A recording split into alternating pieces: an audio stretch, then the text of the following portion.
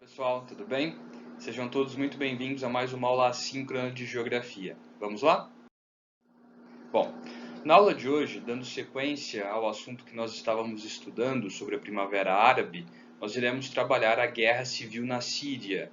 Conforme dito na nossa última aula assíncrona, né? A Guerra Civil na Síria é uma consequência direta da série de protestos que caracterizaram aquilo que nós descrevemos na aula passada como sendo a Primavera Árabe.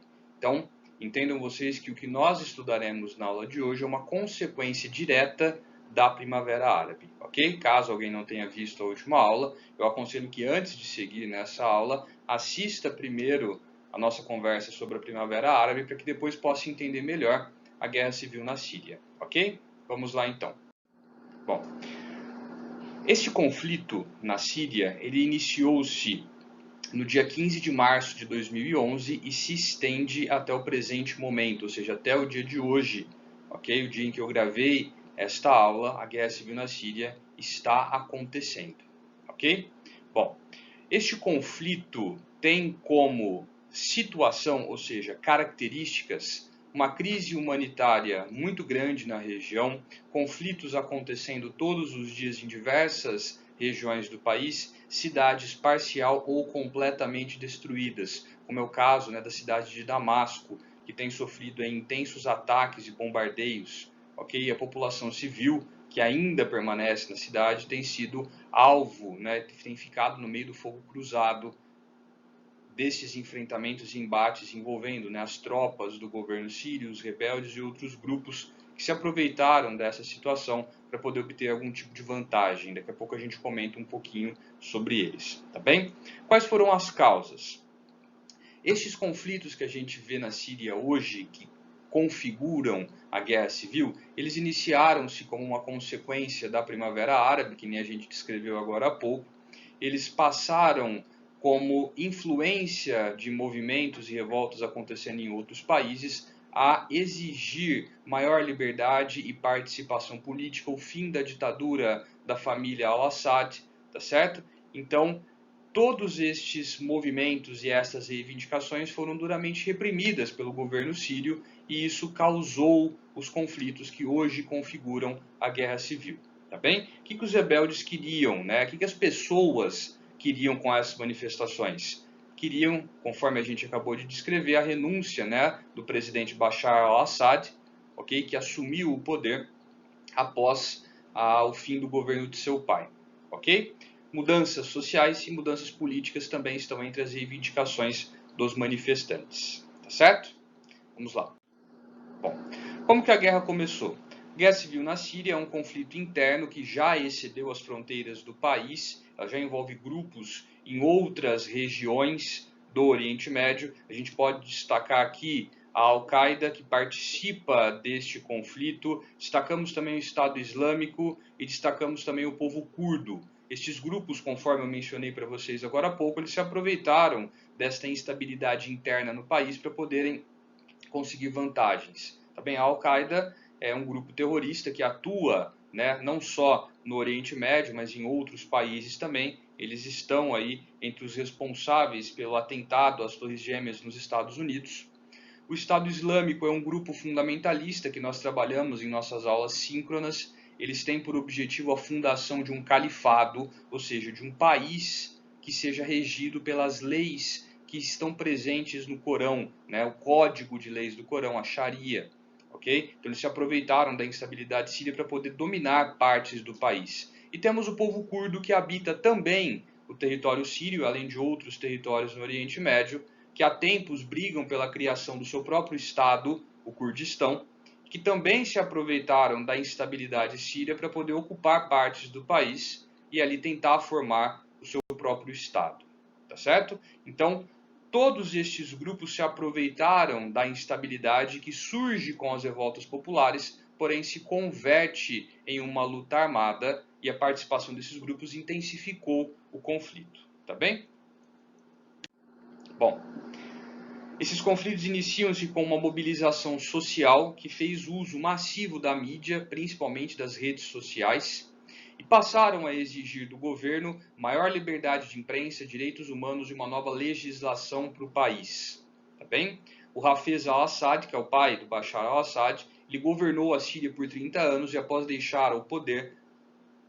sair do poder, deixou para o seu filho Bashar al-Assad, que atualmente está à frente da política no país e que não tem qualquer pretensão de abrir mão dela, e isso tem contribuído para intensificar a violência nesses conflitos que a gente está vendo acontecer na Síria neste momento, ok?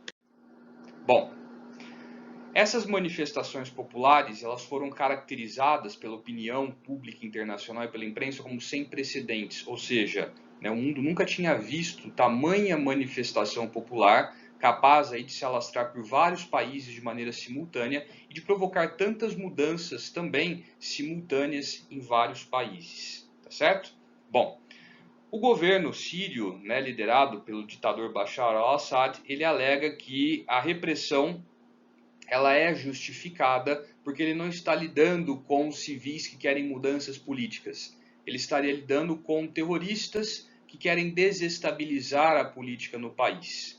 Okay? Então ele justifica as suas ações de repressão que levam à morte de pessoas e o que desencadeou a guerra como sendo uma medida para preservar a estabilidade política no país. A gente bem sabe, na verdade, a real justificativa, o real motivo pelo qual ele tem feito isso é para preservar o seu poder. Um governo ditatorial que mantém a população presa a regras criadas pela família Assad e que não tem qualquer tipo de pretensão de abrir mão de todos esses privilégios. Okay? Isso tem feito com que o governo segure as pontas, tente segurar o poder, a população use força igual ou maior para tentar derrubá-los do poder. A situação só vai ficando mais violenta e quem acaba sendo o maior prejudicado é o povo. Ok? Bom, quais as consequências desta guerra civil que acontece na Síria neste momento? Vamos lá. A principal das consequências, assim como em qualquer outro conflito, são as mortes. Tá bem? As pessoas que foram às ruas protestar contra o ditador Bashar al-Assad acabaram sendo reprimidas pelo exército e pela polícia, e no meio dessa repressão toda muitas pessoas morreram, tá certo? O objetivo do governo com essa repressão mais firme era encerrar os protestos, mas na verdade isso foi um tiro no pé, vamos colocar assim, ou o tiro saiu pela culatra, enfim. Ao invés das pessoas se desanimarem frente à repressão e deixarem de lado esses protestos, quanto mais as pessoas morriam, quanto mais o governo reprimia, mais as pessoas sentiam-se motivadas para lutar contra o governo Assad, tá certo? E o resultado é sempre uma escalada de violência. Quanto mais as pessoas se manifestavam, mais o governo reprimia, e aí a população ia adotando métodos violentos nessas manifestações, e a violência por parte do Estado ia crescendo, e o número de pessoas a morrer continuava a aumentar, e aí a gente chega na situação que nós vemos hoje, um país destruído, uma população marcada por anos de conflito, onde há uma piora expressiva nos serviços oferecidos de saúde, de educação, e isso tem feito com que as pessoas abandonem o país. Essa, na verdade, é outra consequência que nós iremos trabalhar. Essa é a consequência que nós acabamos de descrever lá atrás. Okay? Toda essa instabilidade, essa violência, a destruição do país tem se transformado em fatores de expulsão. Como assim? Quanto mais a situação piora, mais aquelas pessoas que ainda possuem certa condição optam por deixar o país, optam por buscar estabilidade e outras oportunidades em países vizinhos ou em países do continente europeu. Então, o que a gente tem visto desde 2011, quando começou a guerra civil na Síria, é um aumento na quantidade de refugiados sírios que inicialmente dirigiram-se aos países vizinhos da Síria e que em um segundo momento passaram a buscar oportunidades nos países europeus. O que a gente tem que destacar sobre isso? Infelizmente, a população mais pobre ela não tem condições de deixar o país. Okay? O que nós vemos são pessoas que possuem certa condição, que por esse motivo também possuem certa escolaridade, deixando a Síria e buscando oportunidades em outros países. Isso é um problema? Não, não é um problema as pessoas saírem ou buscarem outra oportunidade. O problema que a gente vislumbra a partir disso é Uma vez a guerra terminada, o país vai precisar ser reconstruído, a economia vai voltar a funcionar. Quando isso acontecer, parte considerável da mão de obra especializada da Síria, ou seja, pessoas que têm curso superior, que têm escolaridade, deixou o país e infelizmente não vão poder contribuir neste processo de reconstrução. Então ele vai ser um processo de reconstrução mais lento e dificilmente a Síria conseguirá voltar aos patamares de antes, ou seja, a população que sobreviver ao conflito, ela vai amargar anos seguintes de crises econômicas, desemprego, fome, ou seja, a provação do povo sírio não vai terminar com o fim deste conflito, ok? Está aqui uma foto para vocês de um campo de refugiados sírios, ok? Essa cena, infelizmente, ela foi vista com certa frequência nos países vizinhos à Síria, no Oriente Médio, principalmente nos países europeus, que se recusaram a abrir as portas para esta população.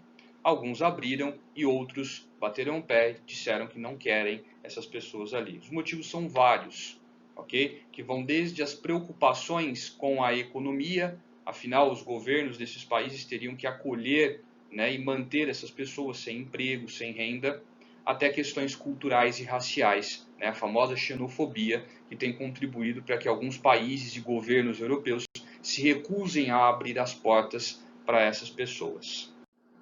Bom, e não podemos encerrar a nossa aula sem antes conversar um pouquinho sobre a participação de grandes potências no conflito da Síria, ok? A Síria, ela foi durante muito tempo, ainda é, né, antes da guerra começar, enfim, uma alternativa ao escoamento do petróleo do Oriente Médio. A primeira alternativa, ela era o escoamento pelo mar, ou seja, o petróleo produzido principalmente no Golfo Pérsico era embarcado em navios que contornavam a Península Arábica, atingiam o Mar Vermelho e pelo Canal de Suez acessavam o Mar Mediterrâneo. Aquilo que nós conversamos nas nossas aulas síncronas sobre a importância estratégica do Canal de Suez. Pois bem, uma outra rota por terra, ela passa pelo território sírio, ou seja, o petróleo produzido também no Golfo Pérsico embarcado em caminhões, que por terra percorrem parte do Oriente Médio até o território sírio, onde ali eles são embarcados direto no Mar Mediterrâneo e já estão acessíveis aos mercados europeus e ao mercado norte-americano. Essa alternativa ela é mais barata porque ela pula o pedágio cobrado pelo Egito para o acesso ao Canal de Suez, tá certo? Então, potências como os Estados Unidos, Rússia e China têm se interessado pelos rumos que o conflito na Síria tem tomado e pelos rumos que ele vai tomar. Por quê? O país que apoiar o novo governo vai ter vantagens no escoamento desse petróleo que passa pela Síria.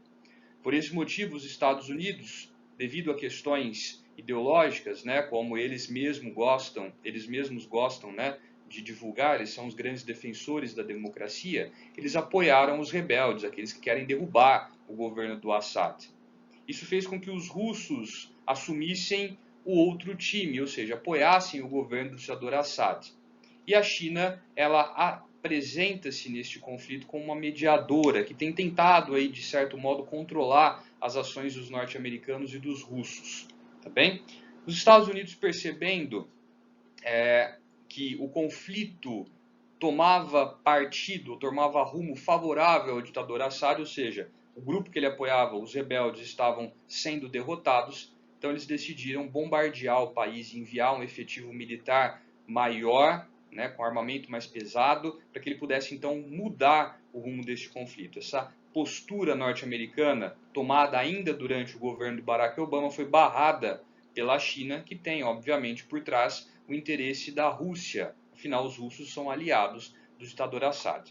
Percebam vocês que o principal interesse das potências nunca foi e não é a questão humanitária. Eles estão preocupados apenas com os rumos políticos e econômicos que o conflito vai tomar. Eles usam esses discursos humanitários para justificar as suas ações, mas isso nunca foi o real interesse deles. Ok? Bom, a gente aguarda ansioso pelo fim do conflito na Síria, ok? Acredito, né, que a gente ainda vai ver alguma notícia dizendo que finalmente esse conflito foi encerrado e aí acredito eu que começará a segunda etapa da aprovação do povo sírio, conforme eu disse para vocês mais cedo, tá certo? Pessoal, é isso.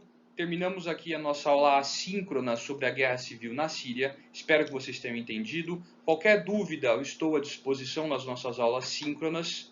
Um grande abraço para todo mundo e até a nossa próxima aula. Valeu, pessoal. Tchau, tchau.